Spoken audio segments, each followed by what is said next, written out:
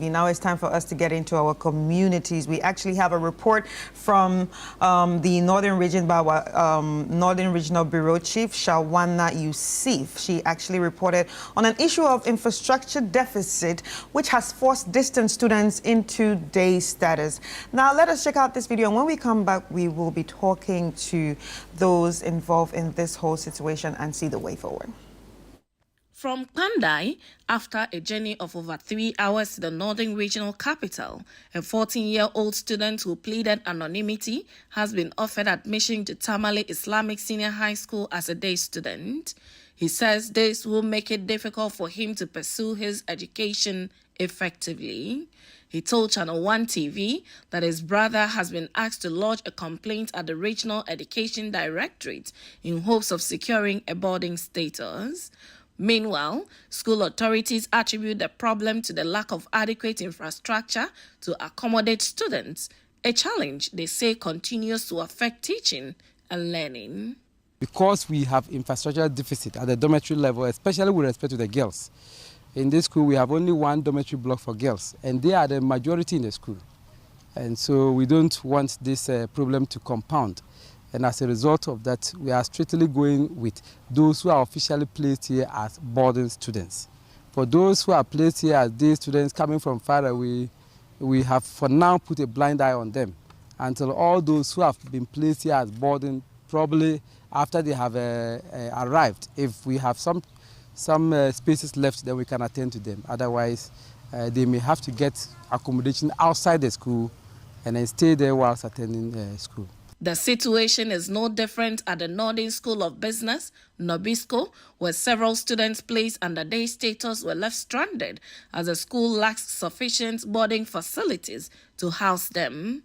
Senior House Mistress Madam Andaratu Idrisu appealed for a quota system on boarding placement to help address the genuine concerns of students placed under day status. I don't know whether because the location and the areas within the north, they don't know who is coming from where. So with our problem here, we have a lot of those who are from far places being posted, admitted as day students.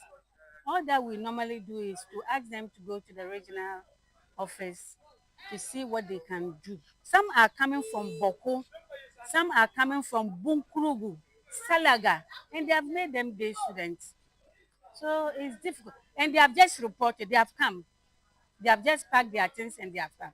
You know, Baku people, they normally say that escort. There is a day that they escort them to go. If you miss that, you won't get. So it's a big challenge for us. For students without placement issues, registration and other administrative processes have been smooth since yesterday, with hundreds successfully completing enrollment. Some students shared their expectations with ChannelOne TV. The first day, they told me that the VC placement is released. When I checked, it was Northeast Tamale Islamic, Tamale, and that was my second choice, and during the course general Greek elective maths. I expect the school to teach me very well, and when I check my WAEC results, I want to get single number from the school. I want to make my parents proud, make Tamale Islamic Senior High School proud, and Zabzug proud, because going to school is not easy, and when you are going to school, you need to know the reason you are going there, to gain your good future, and everybody to talk about your good things that you have been doing. Today is my reporting day, and when I step into Tamale Islamic Science Senior High,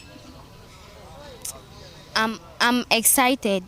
School authorities are urging parents and guardians to adequately counsel their wards before reporting to schools to help curb rising cases of indiscipline among senior high school students. At least before your wards report to school, sit your ward down and counsel him as to the life to live in the senior high school.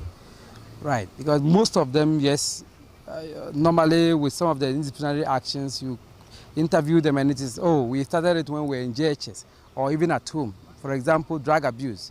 There are situations where you interview students and they tell that, oh, I started taking drugs when I was in JHS or when I was in primary.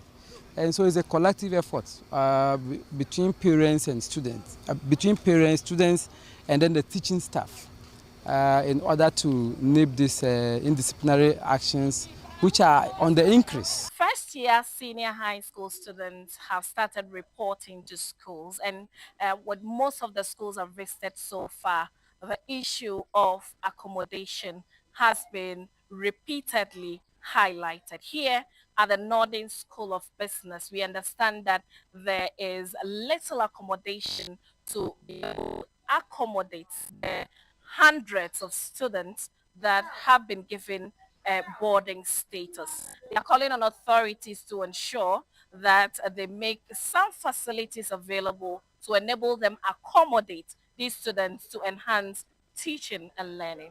For Channel One News, my name is Shawana Yusuf, reporting from the Northern School of Business here in Tamale.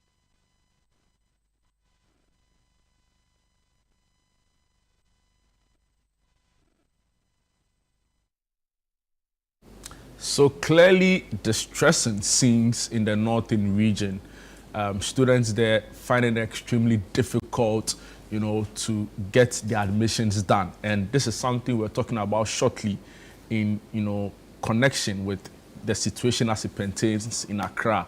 And I'm talking about category A schools, for example, Presec, Legon, Ebri Girls, Accra Academy, so you can imagine the struggle in other areas, particularly in the north, where we know for a fact that the resources in terms of distribution is not necessarily or really equitable, right? So it makes it even more chaotic and even more problematic for schools to be able to soak in the pressure. And now we are being told that students are being turned away from, boarding house facilities because one, there's a space problem, two, there's a congestion problem, and now they have to resort to other means, including being a day student. And Chris, the big issue is, imagine having to, being from Accra and placed in a school in the north. Yeah. And for some reason, there's no space. So, and you don't know anybody. And there's so many stories like that. Because when I was in Accra Academy, I had colleagues come all the way from the upper west region, the upper east region. I kid you not. Some of them took 2 days to travel down south. So imagine persons like that get into a school and they don't know anybody here. That's really the point. And they are told that there's no space, or as a result of 1 or 2 challenges, they need to return. And again, the bigger issue here is in relation to some research work Africa Education Watch, led by Kofi Asare, put out. Now, if you study the report, I think that was sometime last year, if you look at the national outlook, the national picture, 3 out of 10 students from basic school in Accra failed to make it to, secondary school. Now, the reasons for their inability to go on to senior high school vary from their own challenges, personal issues, to wide-ranging. But the national average was that 3 out of 10 students in the whole of the country failed to make it from basic to secondary schools. Now, if you look at, and that's what they call the attrition rate. Now, if you look at the same attrition rate for schools in the north, particularly the 5 northern regions, 7 out of every 10 children fail to make it on to senior high schools. And that is unbelievable. So if you have 10 children in a class, only 3 will make it to high school. Will make it to high school. And we know why the issues are there. Logistics. So infrastructure.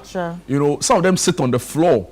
The access to schools. Some of them live in very far away areas where there are no schools. So they'll have to walk long distances, to make it to class. By the time they get there, they are exhausted, they are tired. Their parents are like, what's the point of all of this, right? So, and there's a problem largely with basic school.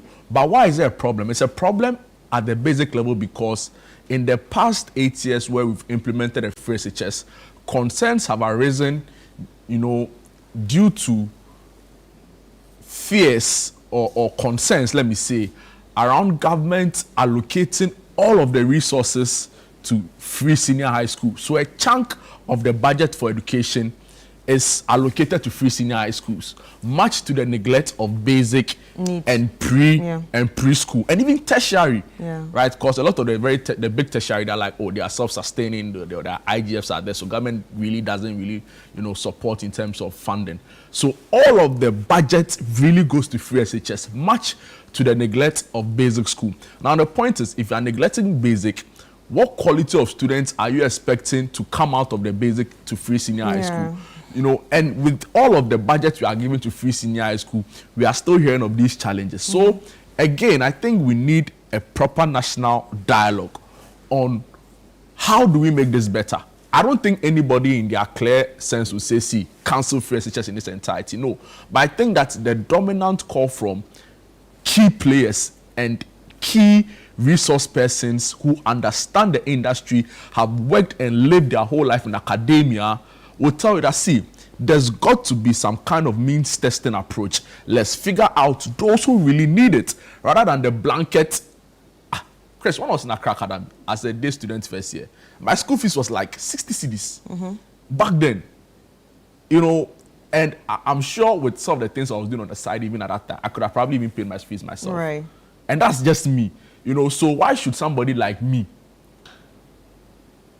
be allowed to say benefit from the free SHS, yeah. Whereas somebody from very far away places where we know that there are serious challenges, so it's got to be a means testing approach. This whole idea that it's a legacy project and that it should be untouched and that we should go about it in its current, it is not sustainable, because now research tells us that if we put all of the money in it, we are not seeing proper outcomes, the quality is declining, and it is affecting other sectors. It's affecting basic schools. Right. So much that the attrition rate is becoming worse and worse and worse. Imagine you're in a school and only 3 people out of 10 make it to secondary school.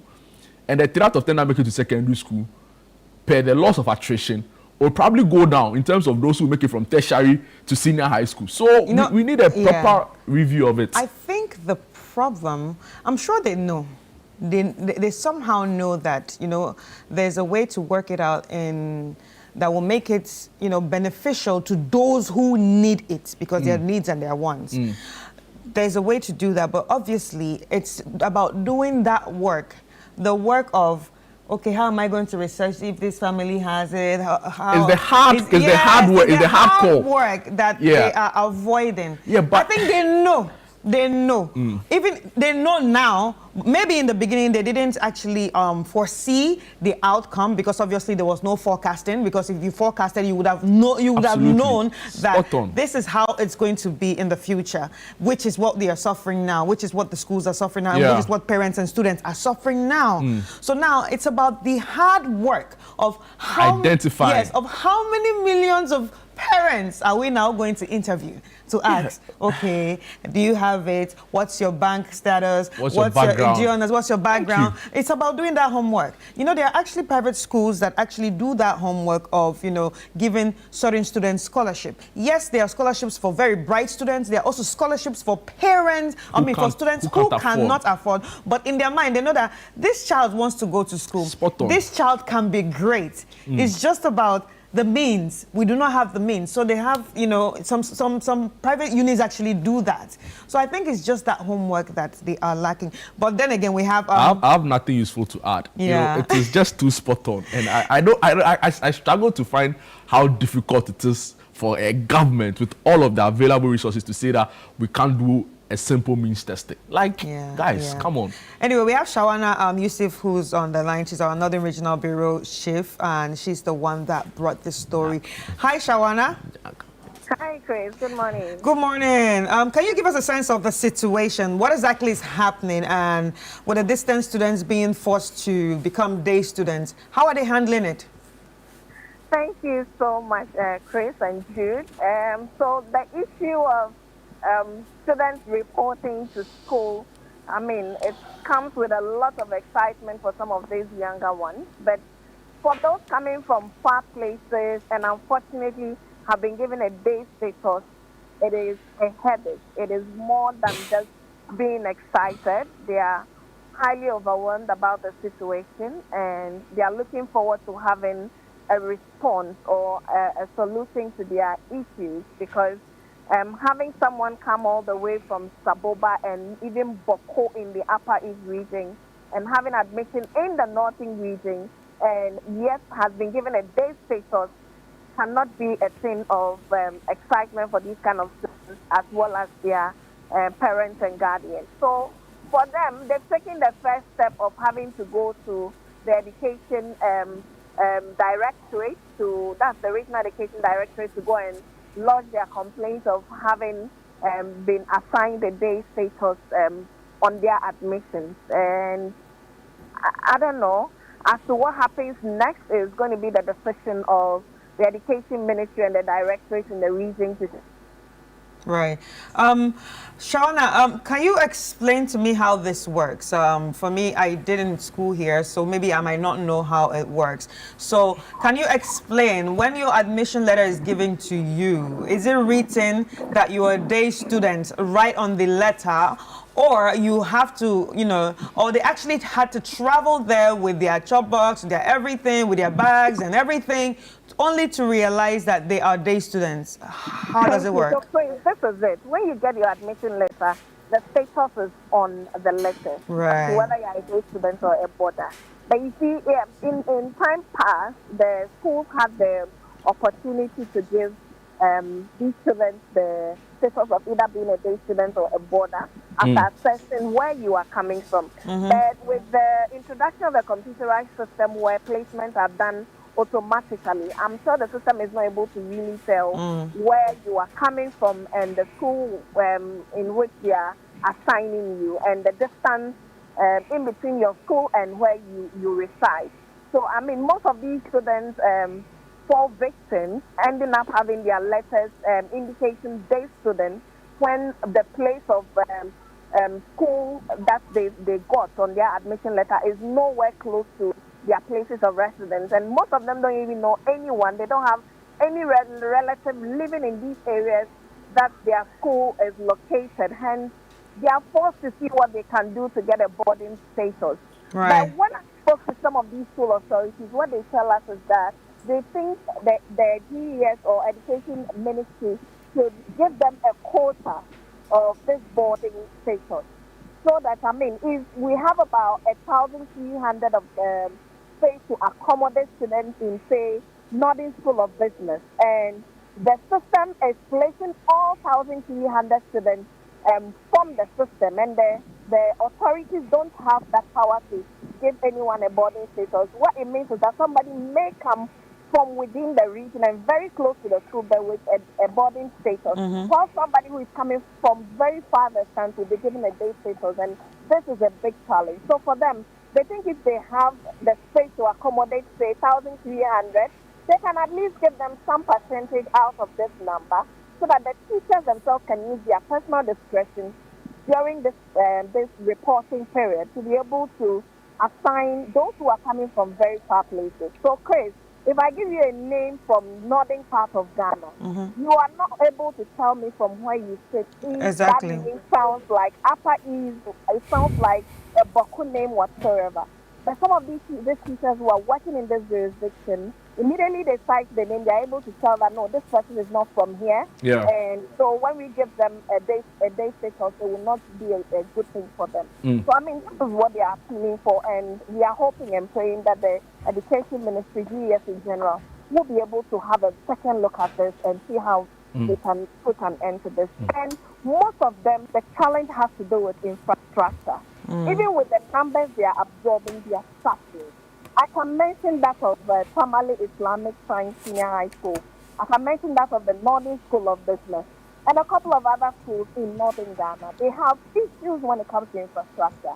And when you go to their schools and you see the way students are sleeping at night, you'll be saddened. In fact, you'll be heartbroken. And if we have all these numbers coming and infrastructure is not increasing, and you even have problems of some students who have admission, but they don't even live within the jurisdiction, it looks like school authorities their hands are tied. They wouldn't know what to do, because though they want to help, there is no space to help. Right. Interesting. So the situation is on the ground. Yeah, so where are the students coming from mostly? So I have encountered a student who came from Zabzugu all the way, which is after Yendi, in fact, very far away from here. I've also encountered someone from Boko.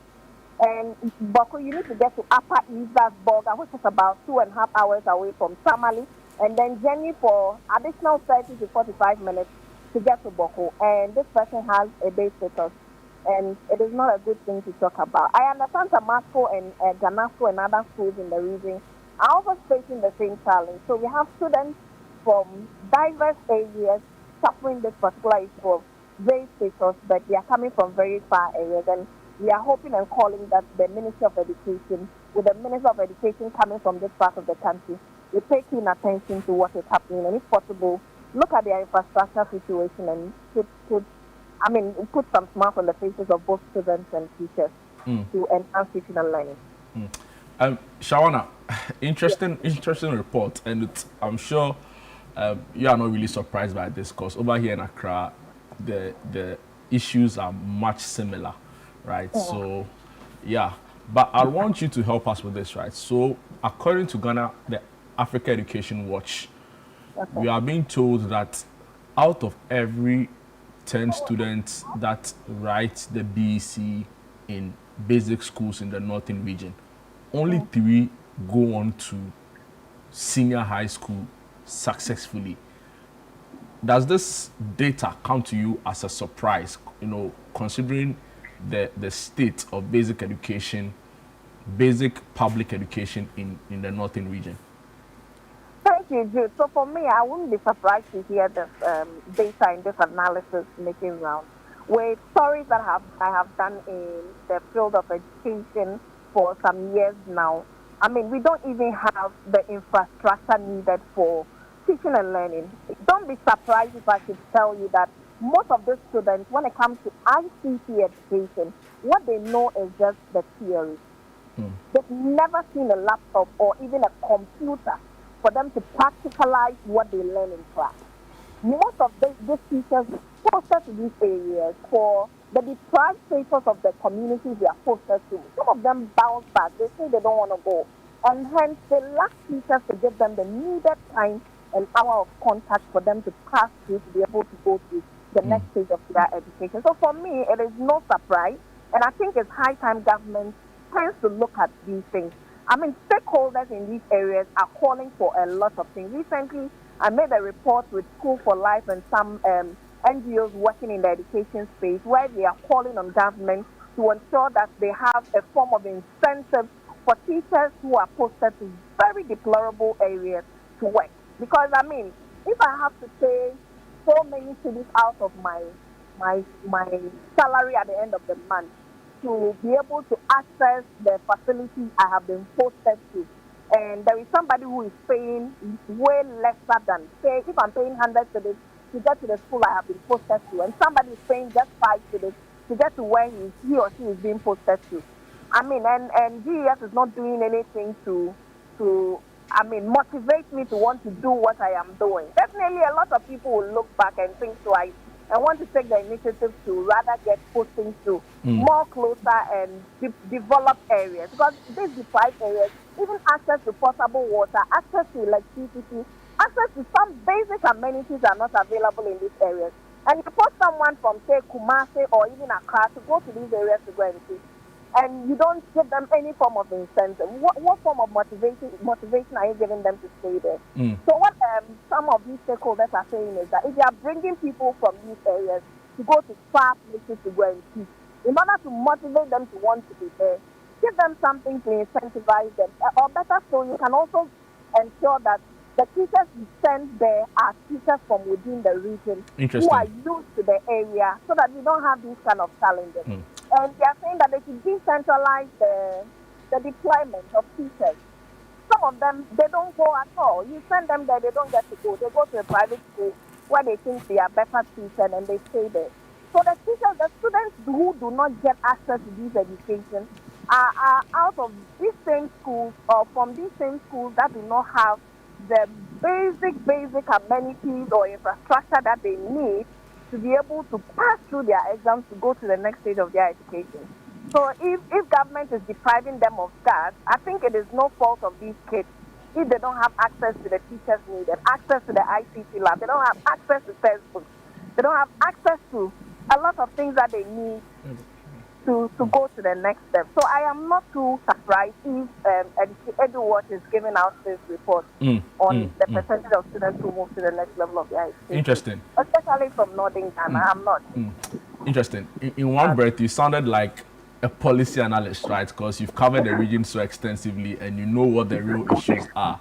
So clearly for you, incentivizing the teachers is the way to go. You know, to help them and to encourage them to give up their best in rural parts of the region. And also decentralizing the deployment of Interesting. Teachers.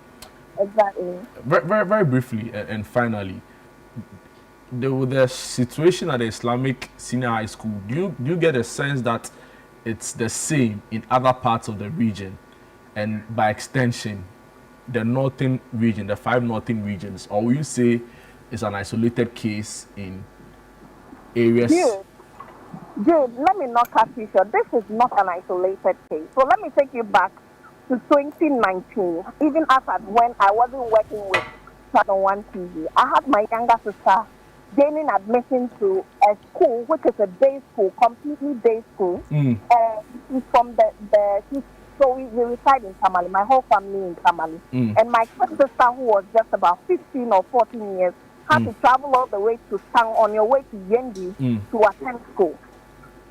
And this was just an E-block, and they had no boarding stations. And you can imagine, we had to take the risk because all efforts to have a replacement was not successful. Yeah. And we couldn't let her sit home without going to school. We took the risk of having to rent a room for her at that age to be in her own room in a community where she doesn't know anyone and be schooling. And this is not an isolated case. There are a lot of other students who will be suffering this and who have been suffering this for years, but probably they don't get to have it come to the media space. And if we are alerting the Ministry of Education GES about this issue, I think they should take a keen interest and have a second look at it and see how best they'll be able to solve these issues where people are posted from very far places to come and school only on a day basis. It's not helping. Interesting. Shawana Yusuf, thank you so much for the amazing job you are doing and for being a voice for advocacy and bringing the plights of your residents right in the northern region to bear. I'm grateful for that. We'll keep following the issues keenly, and as and when there are any updates, we'll be back for you to share with us. But thank you so much, Shawana. I think this is a very, very critical issue and honestly needs to be looked at holistically. I can't imagine a 15-year-old girl leaving her house to start living in a community that she doesn't know alone. That is weird. Her sister had to do it. That is problematic. That is problematic for a child's life. Even not atrocious. It's too much. And a 15-year-old. But at the same time, in the same breath, we're the same society screaming about, how children are raised, how, children behave and all that. You are throwing her into the world when she's not even ready for the world. Still learning about her own self. She doesn't even know herself yet. And then you've just thrown her into the world to become an adult overnight because she needs to go to school. And like Shawana said, if they didn't let her go, she wouldn't have gone to school that year because they didn't have anybody to help her. Still brings about my friend's issue. Actually, she was in Accra, and her son was, given a school in La, but they live in Adenta. So how... A day school. A day school. How is that child supposed to be waking up like a child? We're not thinking about the detriments. We're not thinking about the development, the detriment it could have on a child, the development and all that. And this whole computerized system, is it working or it's not working? Because I don't understand. Why are you giving day status to people that live far away? I think Somebody needs to be held accountable for everything that's going on. I'm sorry. definitely, and the buck stops with leadership, right? Political leadership. Yeah. Yesterday again, and I'm sorry I keep making reference to Professor Ernest Aite.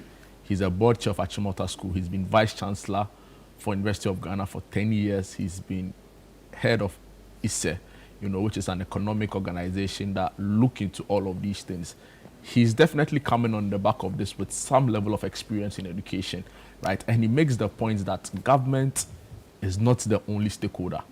They are just one of the many stakeholders in this. So they need to listen to people who have the experience, who have the expertise, and have done actual work in research and in administration, right, on the way forward on this. And I think the point is quite clear. I'm so convinced beyond every reasonable doubt that, see, the over expectations or the overindulgence in free SHS and the politicization of it is not the way to go. I think at this point in our national development, we should be able to say, see, let's put on the brakes now. Chris, look at this, for example. We hear the point that, oh, free SHS, and like they'll cancel it. And if free SHS was or is as big as the politicians make it to be, why did the NPP lose the election? They would have probably won, right? So there are other issues of concern to Ghanaians. And the point is that we have set a question and we've given answers that are wrong, and we think that, or we've given the right answers to the wrong question. It still makes it wrong. And again, the point is that you can't have this level of students and not plan for them. So government is a continuum.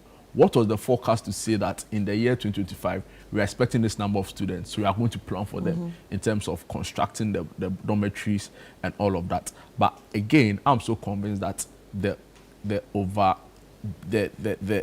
excessive nature with which we fund the free SHS and the huge amounts of money we put into this has created a significant problem.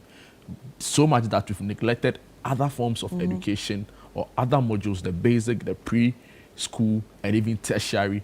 And now everything is concentrated at one point, and we are not seeing the outcomes in the way that we expect. So this is another golden opportunity for government to say, let's all come to the table again, just like we did for the National Economic Dialogue. Let's do one for free SHS. Bring all relevant stakeholders, vice chancellors, bring the CHAS, bring NAT, bring everybody who has a voice, the Parent Teachers Association, right? Bring them to the table and let's ask the question, what is the way forward? How do we improve this? How do we improve the outcomes? It is atrocious that in 2025, only 3 out of 7 or out of 10 students in Northern Ghana in basic school go to SHS. Even with that, we're unable to deal with the numbers. And I'm sure if we listen to the experts around the table, I mean, you can say, okay, this is my opinion. I mean, it's me, it's Jude. But if someone like Professor Ernest Aite speaks on it, I think that as minister, you should be concerned and you should listen, and at least interrogate what the issues are. Because I don't think he means ill for the country, So, and again, the smartest people in this country can't always be the politicians. No, that brings me to the fact that it's ironic that you are dealing on issues of education and you do not have, people in academics as stakeholders. And I mean, the deputy, to be fair, the deputy education minister is someone who's done extensive work in education. So Dr. Apak, right? Of course, the Ghana Education Service have high level, staff who've done extensive work in education.